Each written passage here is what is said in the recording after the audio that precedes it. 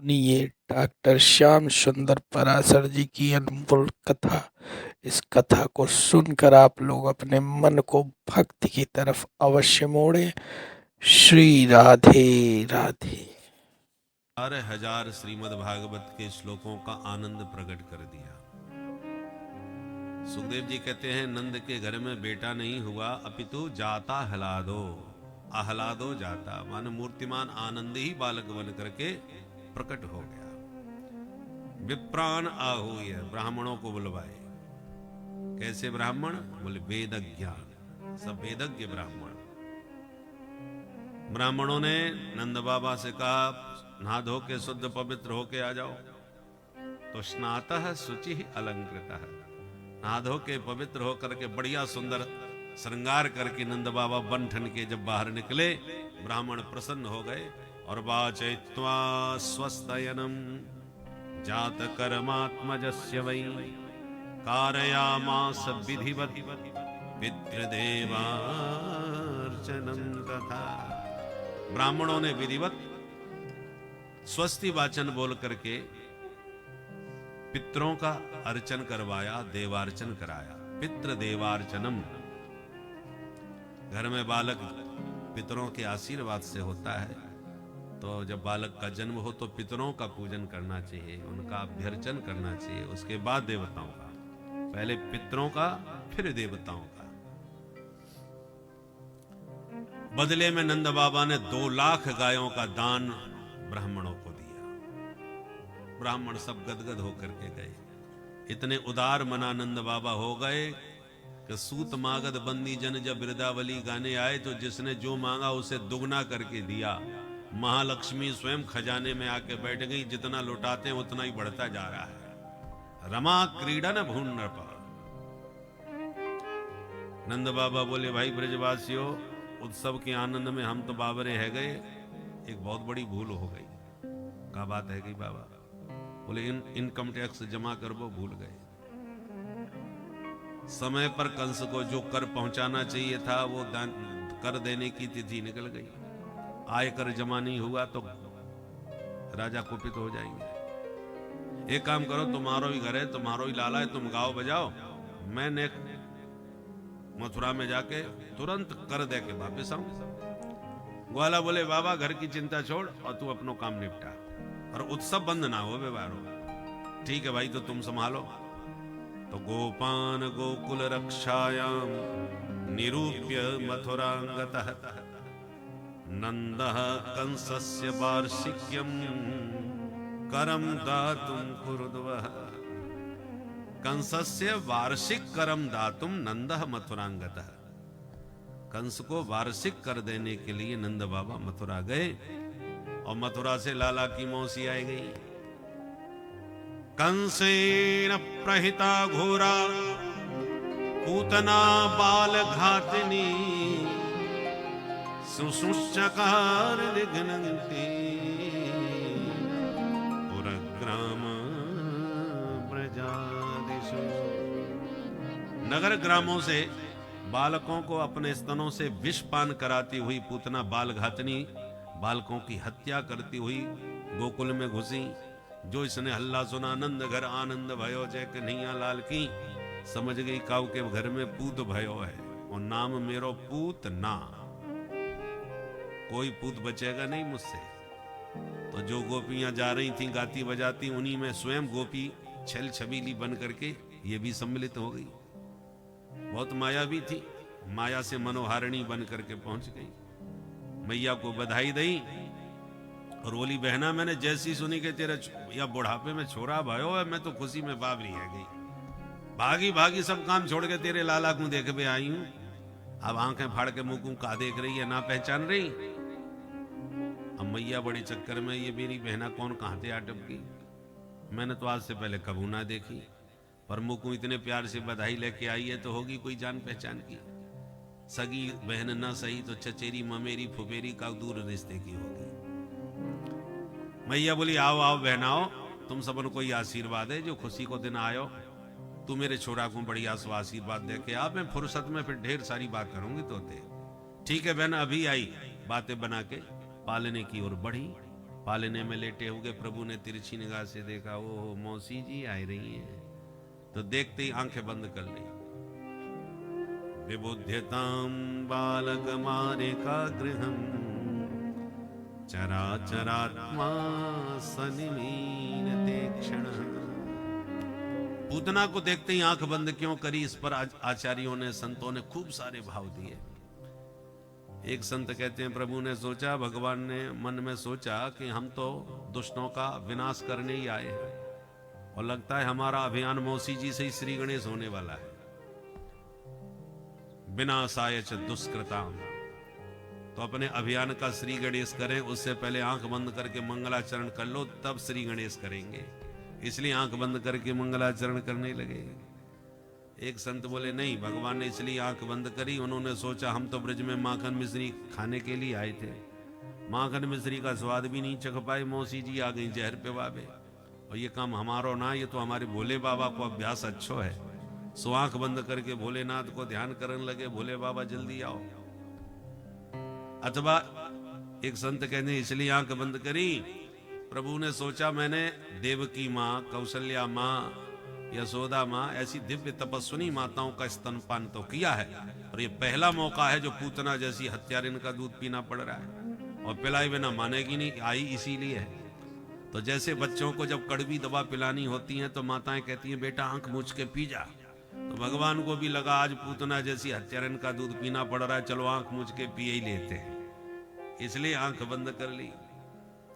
अथवा एक संत कहते हैं इसलिए आंख बंद करी कि भगवान के हाथ से जो मरता है वो किसी दिव्य लोक में जाता है। तो भगवान ने सोचा पूतना को मार के किस लोक में भेजूं, तो भगवान के दोनों नेत्र ही सूर्य और चंद्र लोक है, तो मानो सूर्य चंद्र दोनों ने गेट बंद कर लिए, हम पूतना को अपने लोक में तो घुसने नहीं देंगे, आपको जहां मर्जी पड़े तहां भेज देना, इसलिए गोविंद के दोनों नेत्र बंद हो गए। अथवा एक संत कहते हैं कि नहीं, भगवान मायापति है, मायापति के सामने कोई माया टिकती नहीं है, और पूतना मायावी बन के, माया के द्वारा ही मनोहारिणी बन के आई है, वास्तव में तो खतरनाक राक्षसी थी।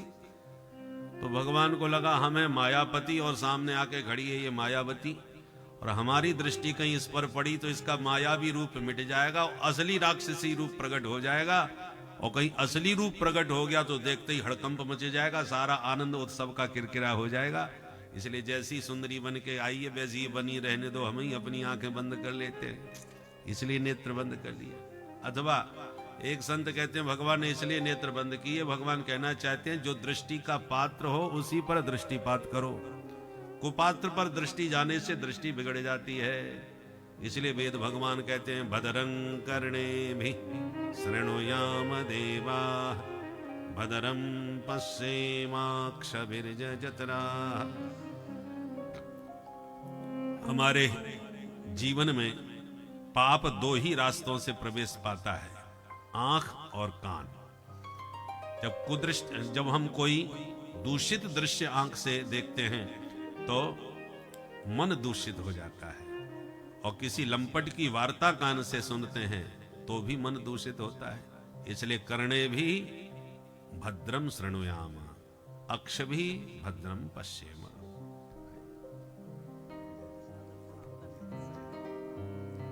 बोल वृंदावन बिहारी लाल की जय।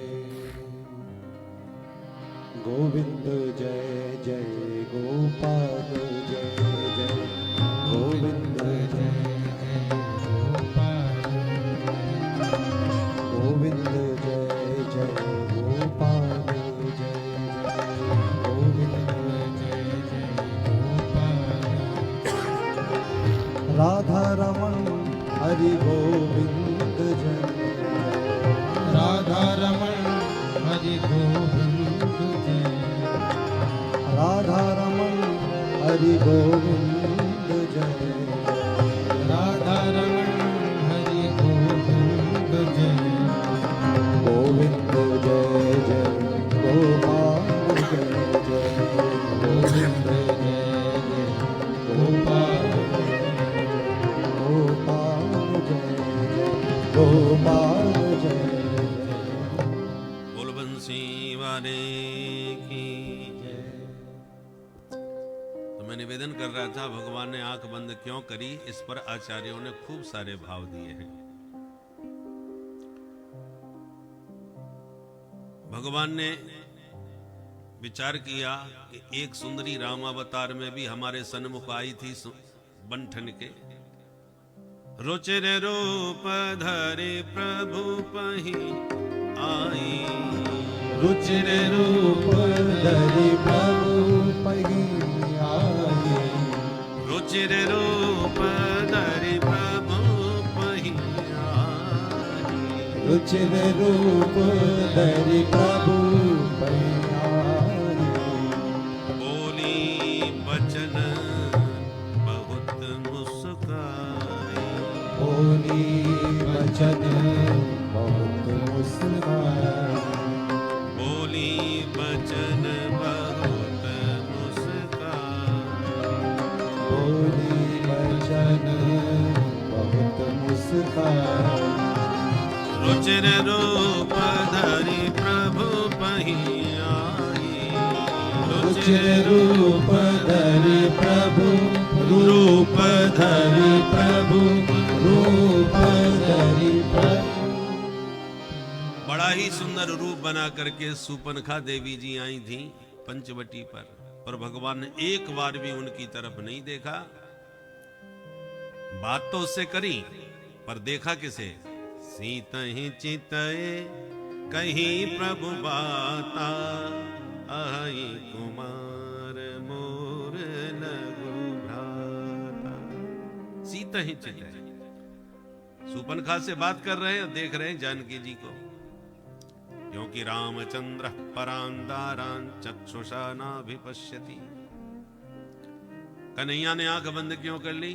कन्हैया ने सोचा जब सुंदरी बन के सूपनखा जी आई तो हमारी किशोरी जी बगल में ही बैठी थी, सो उनको देख के काम चला लिया। पर पूतना जब सुंदरी बन के आई है तो हमारी किशोरी जी दाएं बाएं कहीं नहीं है। अब देखें तो किसे देखें? और दृष्टि का उचित पात्र कोई समझ में ना आवे तो आंख भली बंद कर लो, पर कुपात्र पर भूल के भी दृष्टि मत डालो। इसलिए कन्हैया ने आंख ही बंद कर ली पर पूतना को नहीं देखा। अब क्या सोच करके भगवान ने आंख बंद करी वो तो गोविंद की गति गोविंद जाने। बाकी संतों ने बहुत सारे भाव दिए। पूतना को लगा कि बच्चा सो रहा है, आंख बंद की है, तो धीरे से आई, लाला को उठाई और विष लगा हुआ स्तन जैसी प्रभु के मुख में दिया। प्रभु ने पहले विष पान किया, फिर दुग्ध पान किया, फिर प्राणों को ही पीना प्रारंभ कर दिया। गाढ़ं कराभ्यां भगवान प्रपीड्यत, प्राणैः समं रोष समन्वितो पिबत। जैसे रोष समन्वितः अपिबत, जैसे भगवान ने थोड़ा सा कुपित होकर के उसके विष सहित प्राणों का पान करना प्रारंभ किया तो पीड़ा के मारे पूतना चीखने लगी, चिल्लाने लगी। सा मुंच मुंचालमिति प्रभासिणी,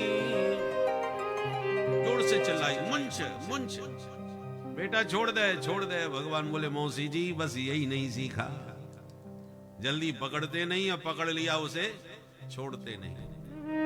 तब तो चिखती चिल्लाती अपना असली राक्षसी रूप धारण करके पूतना भागी, और जैसे ही प्राण विहीन किया प्रभु ने की धड़ाम, मर के धरती पर गिरी तो 6 कोस तक के वृक्ष टूट के चकनाचूर हो गए। बोल पूतना मर्दन भगवान की त्रिगभ्यूति अंतर द्रुमान चूर्णया मास। गभ्यूति माने 2 कोस, 3 गभ्यूति मतलब 6 कोस। 6 कोस तक के वृक्ष धराशायी हो गए, इतना विशाल शरीर था पूतना का। मैया डर गई, ये भयंकर भूकंप कैसे आयो।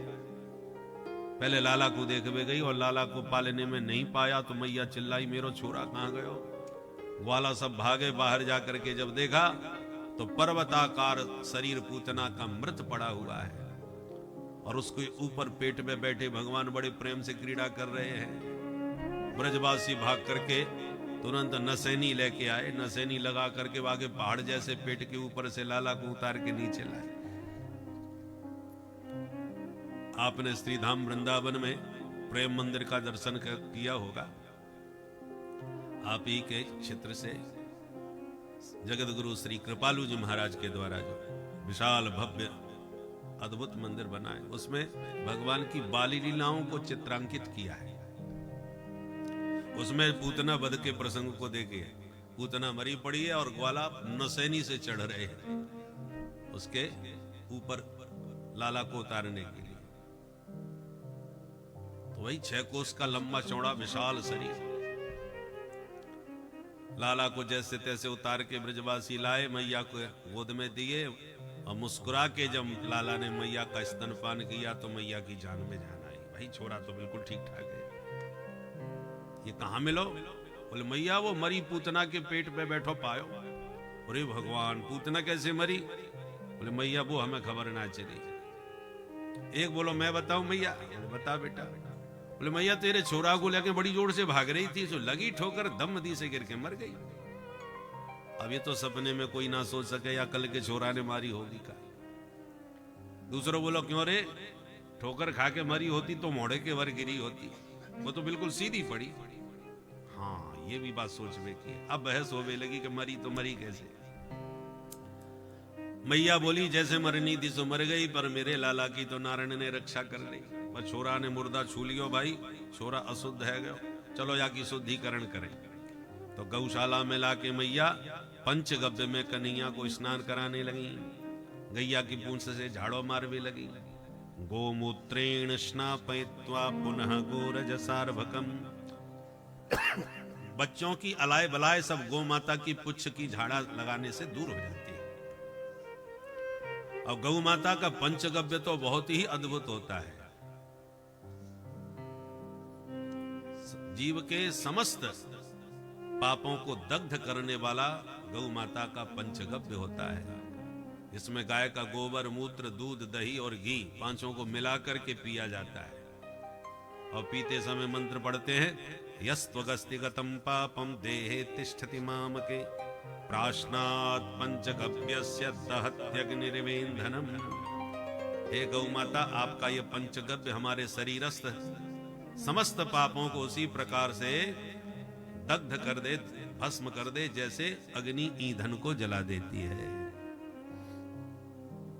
अस्थिगतम पापम, हड्डियों में भी कहीं पाप हो वो भी भस्म हो जाए। तो पंचगव्य समस्त पापों को भस्म करने वाला होता है। इसलिए जब भी लगे कि हमसे कोई अपराध हो गया, कोई पाप हो गया, कि हम अशुद्ध हो गए, तो पंचगव्य पान करके उसका शोधन कर लेना चाहिए। जैसे प्रसाद में मिलावट हो गई, अब न जाने काय से, कौन से घी से बना, कैसे बना, कहाँ के लड्डू।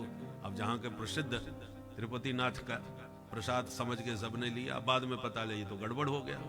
तो अब क्या करें उसका प्रायश्चित? उसका प्रायश्चित यही है, पंचगव्य बना करके उसका पान कर लो।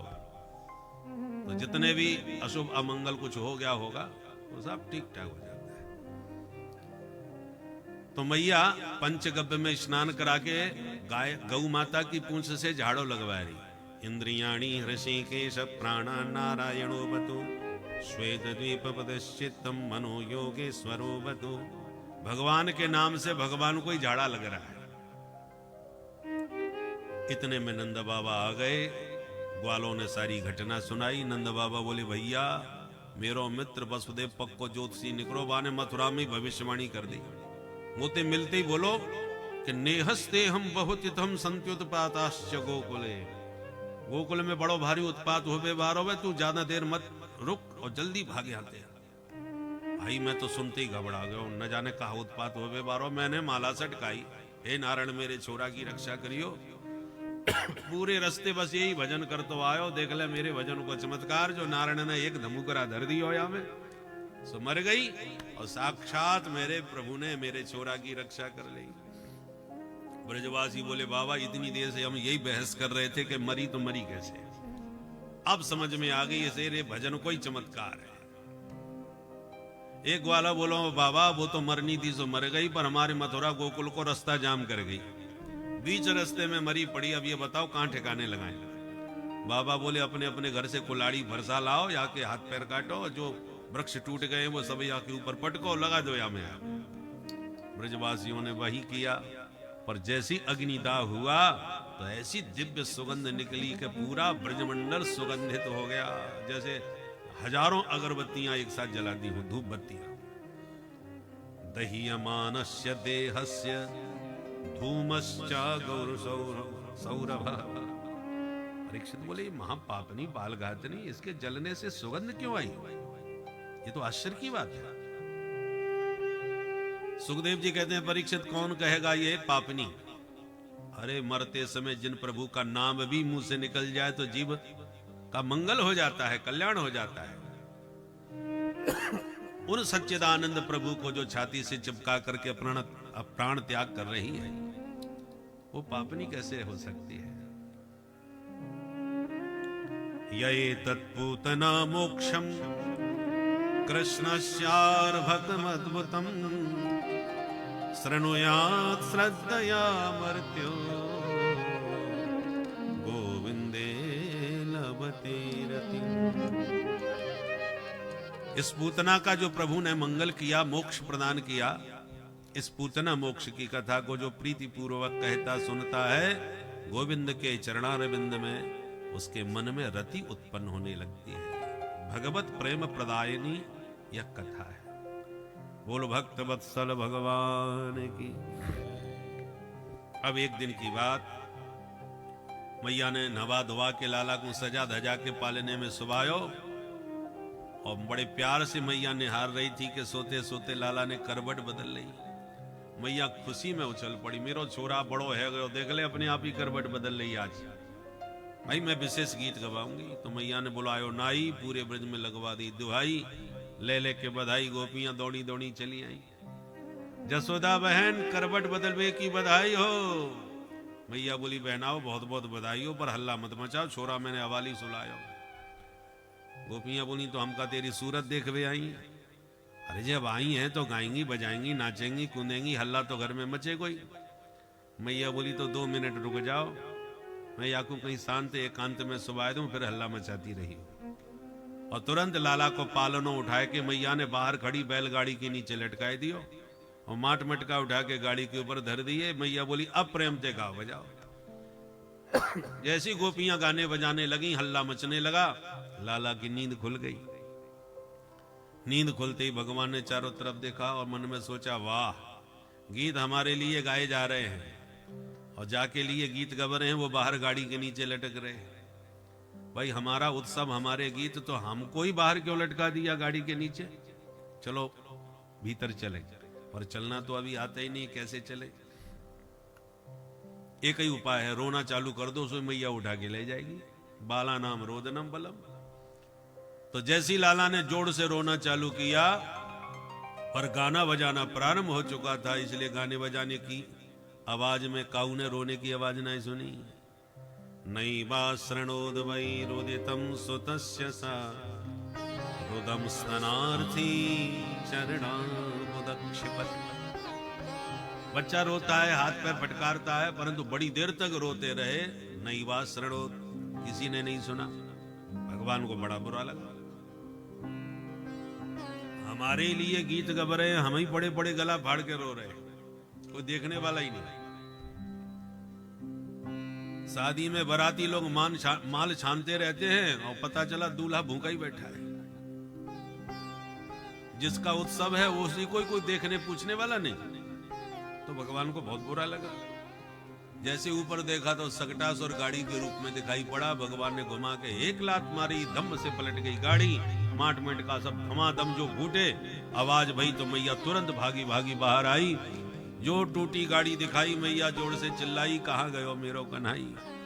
दौड़ के ब्रजवासी सब आए, पालने से लाला को निकाल के मैया की गोद में दिए। मुस्कुरा के जब स्तनपान किए प्रभु, तब मैया की जान में जान आई। वही छोरा तो बिल्कुल ठीक ठाक है, पर बड़े गजब की बात है, आंधी तूफान कोई आयो ना है, बैल सांड कोई अभी निकरो ना है, तो धरी धरी दम से गाड़ी पलट कैसे गई? छोटे छोटे 2 छोरा भागते आए, मैया हम बताएं? बेटा बताओ। बोले मैया तेरो लाला रोवे लग गयो, हमने सोची तेरी गोद में दे आए, बहुत देर से रोवे। जैसे हम याकू लेवे पहुंचे, तब तक तो यानी हमारी आंखन के सामने भोलात मारी कि दम से पलट गई गाड़ी। मैया बोली, दारी क्यों भांग पी के निकले हो करते? या नेक से कल के छोरा ने लात मार के इतनी बड़ी गाड़ी पलट दी, भागे आते। छोरा के मैया रुदिता नेन पादेन क्षिप्त में न संशया, हमारी बात पे संशय मत कर, हमने आंख अंधे की बात बताई है तो। मैया बोली अपनी आंखों को इलाज कराओ, मुंह बुढ़िया पागल मत बनाओ, और डांट के भगा दिए। पन्नते श्रद्धा दरे गोपा बाल भासित मित्युत, सबने कहा ये बच्चों की बातें, देखते कुछ है बोलते कुछ है, इन बच्चों की बातों पे कायगू माथा बच्ची करो। और यों कह करके बच्चों को डांट के भगा दिया, और विश्वास का हुए ना भयो। इस प्रकार भगवान ने सकट भंजन किया। अब एक दिन की बात,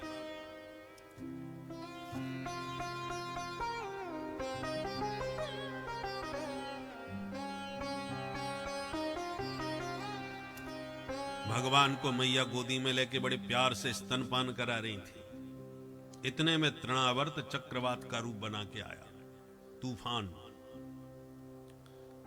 जो भयानक तूफान आते हुए प्रभु ने दूर से देखा तो समझ गए मामा जी ने उड़न खटोला भेज दियो मेरे ताई। अब मैया गोद से नीचे उतार दे तो या उड़न खटोला मैं घूम के आऊं, पर मैया बड़ी देर से बैठी है, उतार वो ही ना चाह रही। तो भगवान ने धीरे धीरे वजन बढ़ाना प्रारंभ किया, और थोड़ी देर में तो इतने वजनदार हो गए कि मैया को गोद से नीचे उतारना पड़ा।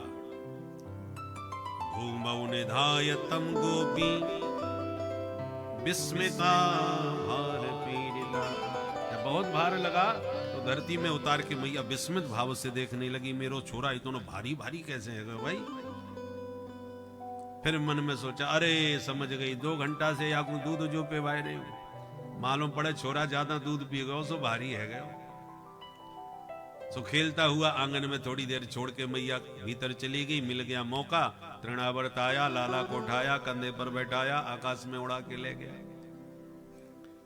पूरा ब्रजमंडल भगवान उसकी पीठ पर बैठ के घूम लिए। और जो ब्रज के बाहर जाने को हुआ, भगवान ने वजन बढ़ाया, उसका गला दबाया। तृणावर्त घबराया कि जल्दी जल्दी में कोई पत्थर तो नहीं उठा लाया, इतना वजन बच्चों में तो नहीं हो सकता। मुड़ के देखे बार बार तो भगवान को तो हंसी आने लगी, मूर्ख, मेरे भक्त पत्थर में भी मुझको देखते हैं, और दुष्ट तू मुझ में पत्थर को देख रहा है। चल तेरी खोपड़ी पत्थर से ही पटको।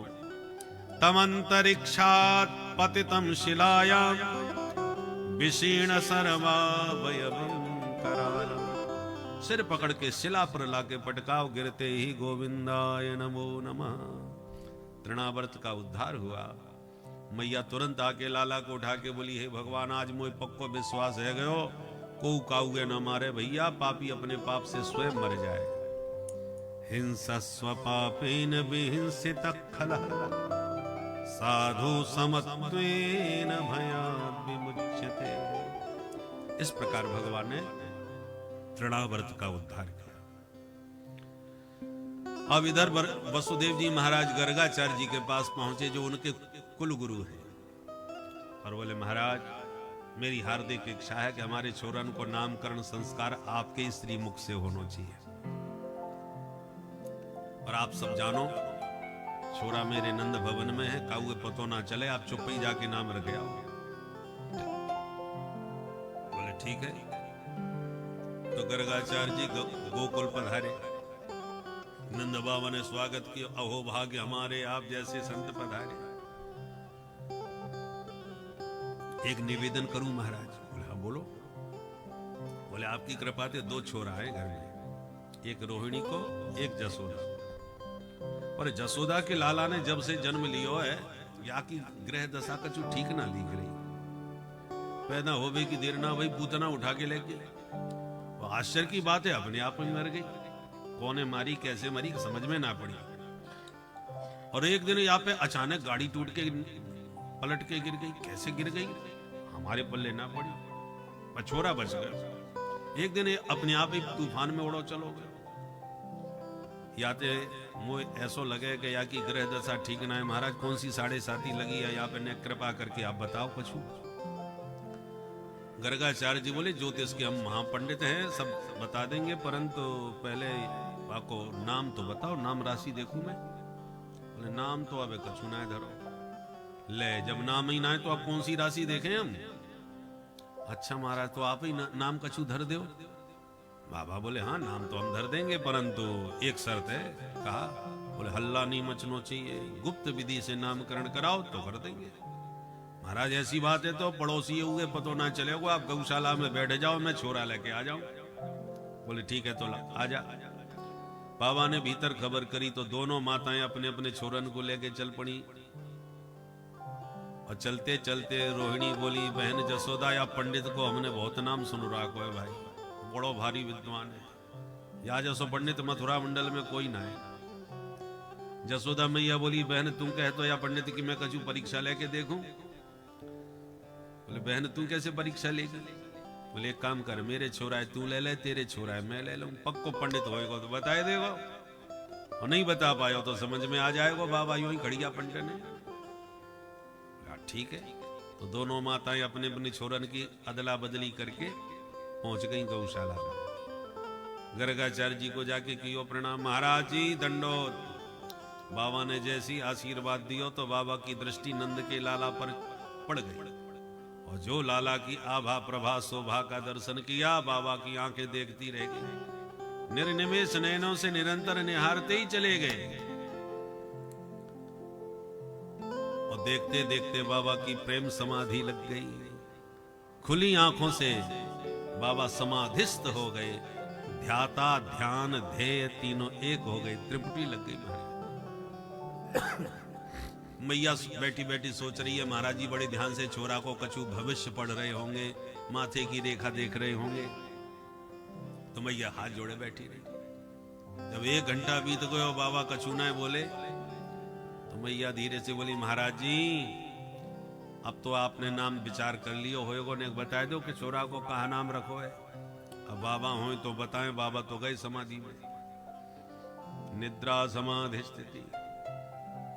अब मैया बार बार रोहिणी की तरफ देखे, बहना देख तो सही है बाबा का है गए, न बोले न चाले न हिले न डुले न मटके न सटके, पलक भी न झपके। रोहिणी जी कान में बोली, जसोदा मोए तो ऐसा लगे बाबा की सांस ना चले। अब मैया घबराई, है भगवान तो महाराज जी अब मेरो ही घर कलंक लगावे को मिलो, अच्छे भले बैठे ठाड़े या बाबा का है गए। मैया तो हाथ पकड़ के हिला भी लगी, महाराज जी सही बाबा की समाधि खुल गई। हाँ देवी हमने तेरे छोरा को नाम सोच लिया। मैया बोली, धन्य महाराज, ऐसे नाम सोचो जाए, मैं तो किसी और ही सोच में पड़ गई महाराज। अब जल्दी बताओ आपने कहा नाम विचार किया है। बाबा मन ही मन सोच में लगे, आए थे नाम देवे को, पर या प्यारी सूरत को देख के हम तो अपनो ही नाम भूल गए। आलोपितम पुनः नयन ममई बनाम।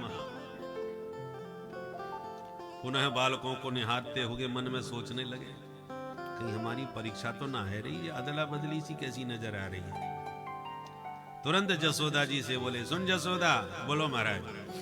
बोले, अयम ही रोहिणी पुत्रो रमयन सुहृदो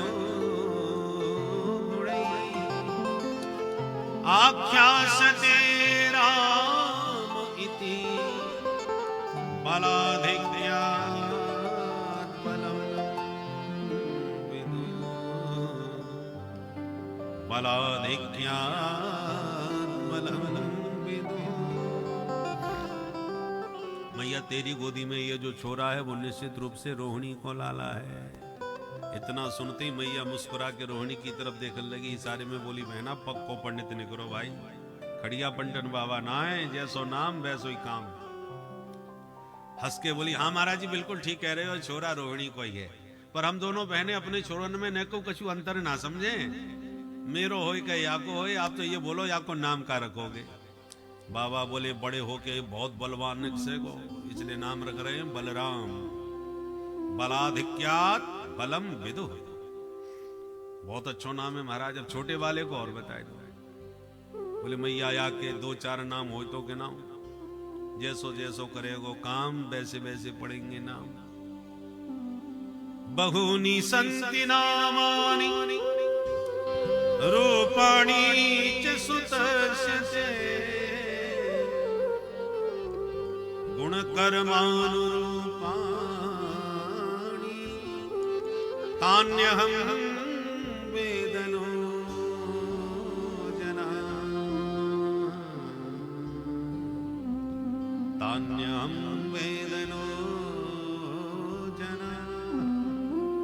के नाम अनेक अनूपा।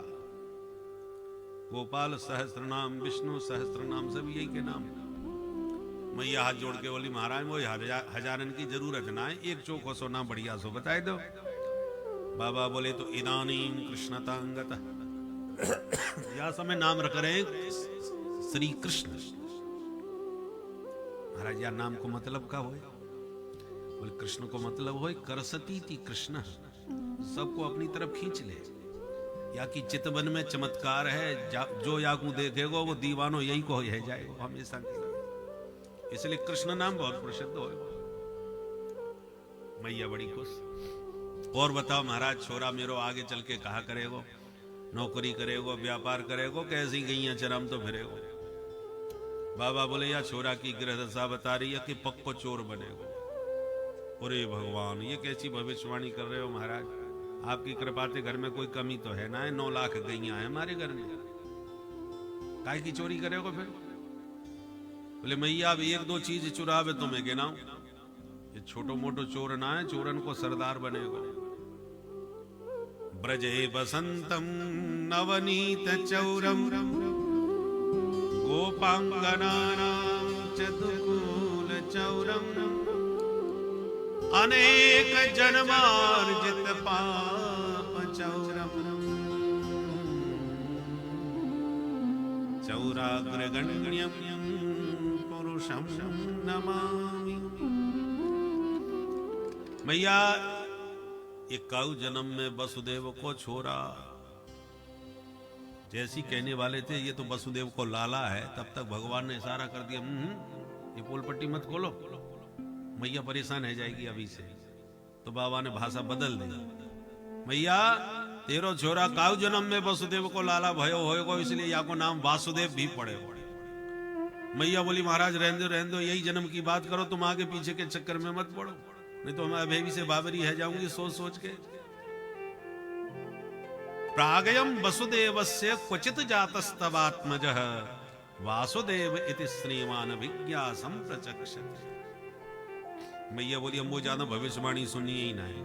प्रणाम करके मैया भीतर गई और बोली बहना पंडित जी विद्वान तो बहुत निकले भाई, एक निगाह में पहचान गए छोरा कौन को है, पर नाम कछु टेढ़े मेढ़े धरे दिए।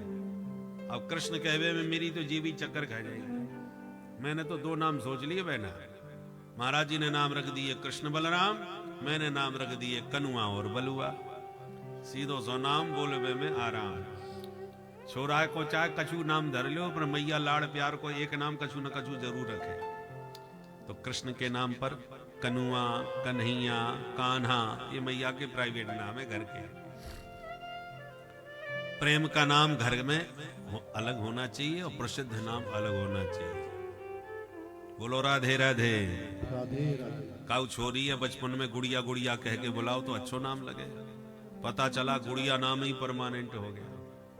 अब भविष्य में वो छोटी सी गुड़िया जब बुढ़िया हो जाएगी और बुढ़िया दादी से कोई पूछेगा नाम क्या है, बोले गुड़िया, तो कितना अजीब लगेगा।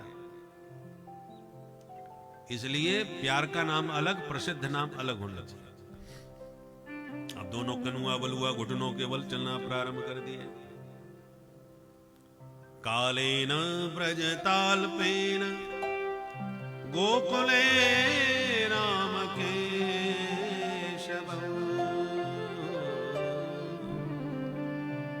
जानुभ्याम सपाणिभ्याम रिंगमाणो विजघ्रतम्। दोनों भैया घुटनों के बल चलना प्रारंभ कर दिए। कभी गायों के सींग से लटक जाते हैं, कभी बछड़ों के दांत गिरने लग जाते हैं, कभी चंदा मामा के लिए मचल जाते हैं। ये सब क्रीड़ा करते भगवान अब पैया पैया दौड़ना भी प्रारंभ कर दिए। एक दिन बाल सखाओं को बुला के बोले चलो आज का नयो खेल खेले। कौन सो नयो खेल भैया? कन्हैया बोले चलो आज चोरी चोरी खेले। ब्रजवासी बोले दारी के चोरी करो, वो सिखाएगो हमको। कन्हैया बोले भाई माखन मिश्री के खावे की चोरी करेंगे, खावे पीवे की चोरी थोड़ी मानी जाए। ब्रजवासी बोले तेरे घर में खावे की कमी पड़ गई जो चोरी करके खाएगा तू? कन्हैया बोले मेरे घर में कोई कमी ना है, पर या श्री दामा को देखो या मधुमंगल है देखो, सब 1.5 हड्डी के हो रहे हैं। और जब मैं पूछूं भाई कमजोर कैसे पड़ रहे हो, खावे ना मिलेगा, तो एक ही जवाब,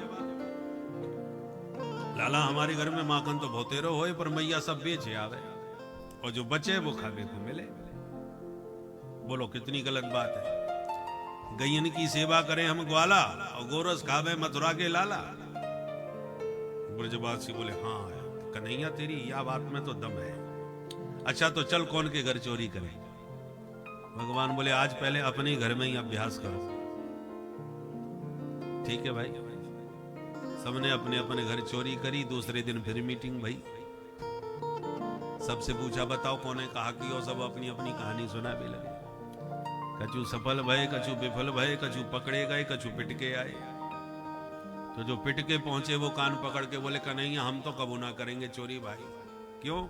अरे मैया ने पकड़ के जो पिटाई करी हमारी, हमें तो नानी याद आई। कन्हैया बोले जादारी के पहली बार चोरी करी और पिट के चलो आयो, चल मेरे साथ मैं सिखाऊं कैसे करी जाए चोरी। तो लाला तू हमारो सरदार, तू जहां ले जाएगा वहां चलेंगे, जो कहे सो करेंगे।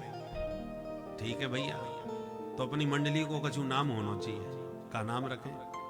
कन्हैया बोले अपनी मंडली को नाम होएगा बाल गोपाल चौर विद्या प्रचार मंडल। सर्वसम्मति से मंडल बन गया, मंडलाध्यक्ष कन्हैया। और घर घर में माखन चोरी प्रारंभ हो गई। बोल माखन चोर भगवान की जय। क्यों करी ये चोरी? इसके बहुत से कारण हैं। पहला कारण, ब्रज में जितना गोरस होता है गायों के द्वारा, दूध दही घी, उसमें आधे से ज्यादा कंस इनकम टैक्स के नाम पर ले लेता है।